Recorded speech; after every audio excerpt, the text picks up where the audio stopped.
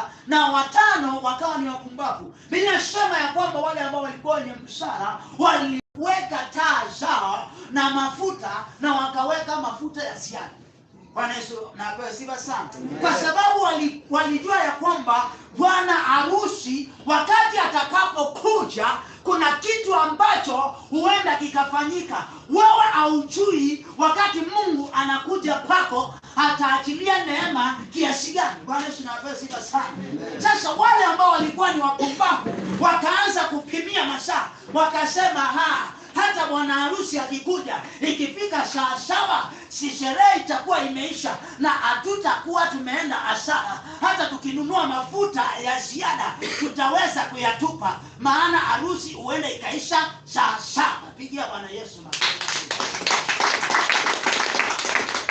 Wale wasichana ambao walikuwa ni wenye busara wakawa tayari kupitia kwenye mlango mwembamba, na wakahakikisha hata mlango ukifungwa sisi tutakuwa ndani.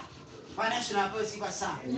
Wasichana ambao walikuwa ni wapumbavu, bwana harusi ndio huyo anakuja saa 8 ya usiku, taa zao zimezima, mafuta hawana, wakaanza kukimbia wakimbisha kwa wale ambao walikuwa ni 5 wenye busara. Tafadhali simtusaidie na mafuta kidogo, bwana harusi anakuja. Saa hiyo watu wanapiga kelele kule ambao taa zimewaka, sherehe zinaendelea kama kawaida. Ni kwa sababu walijua ya kwamba wakati bwana harusi atakuja, haijalishi atakaa usiku kucha, lakini tuna mafuta ya kutosha. Sisi tutaingia kwa sherehe bila kuongopa chochote.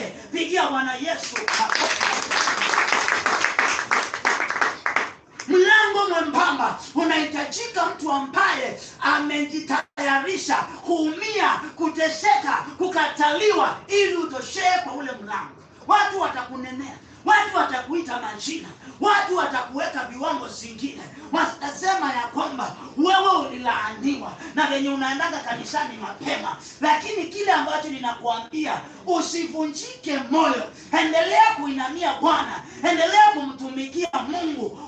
Utakapotoshia kwa huo mlango, mambo yako yatakuwa sawa. Ile ploti ambayo umeitia miaka 10 itaweza kuachiliwa. Ule mtoto ambaye unatafuta utaweza kumpata. Yule mume ambaye unatafuta ataweza kuachiliwa. Kile kipawa ambacho kimezuiliwa kitaweza kuachiliwa. Ni kwa sababu the moment unapotoshia kwa ule mlango, shetani anainua mikono, anasema hapana, mimi hapo siuko.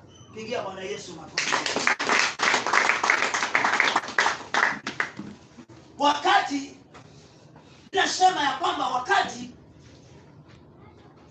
wakati Petro alipotolewa kule gerezani, wakati walipofika nje, wajua malaika alimwacha. Wakati walipotoka tu kwa mlango wa 3, malaika alimwacha. Sasa Biblia inasema ya kwamba na mtumishi wa Mungu akaanza kuona ni kama alikuwa anafanya nini?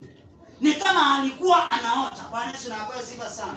Kwa hivyo the moment unapopitia kwa ule mlango, wewe mwenyewe hautaamini kile ambacho Mungu anaenda kuachilia kwa maisha yako. Utaona ni kama unaota.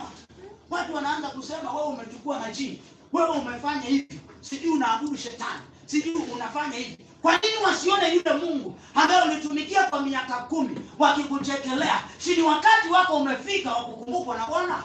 Bwana Yesu anapewa sana. Kwa hivyo tunazungumza kuhusu mlango mwembamba. Kwa wale ambao wamekuja saa hii, tuko Luka mtakatifu 13 kuanzia mstari wa 22.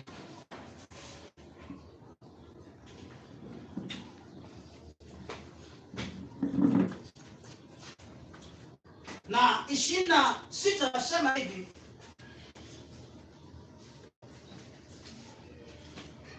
nanyi mtaanza kumwambia, sisi ndio wale tuliokula na kunywa pamoja nao, na wewe ulifundisha katika vijiji vyetu. Lakini yeye atasema, sijui nyinyi mmetoka wapi. Ondokeni mbele yangu, enyi nyote watendao maovu. Ndipo kutakuwa na kulia na kusaga meno wakati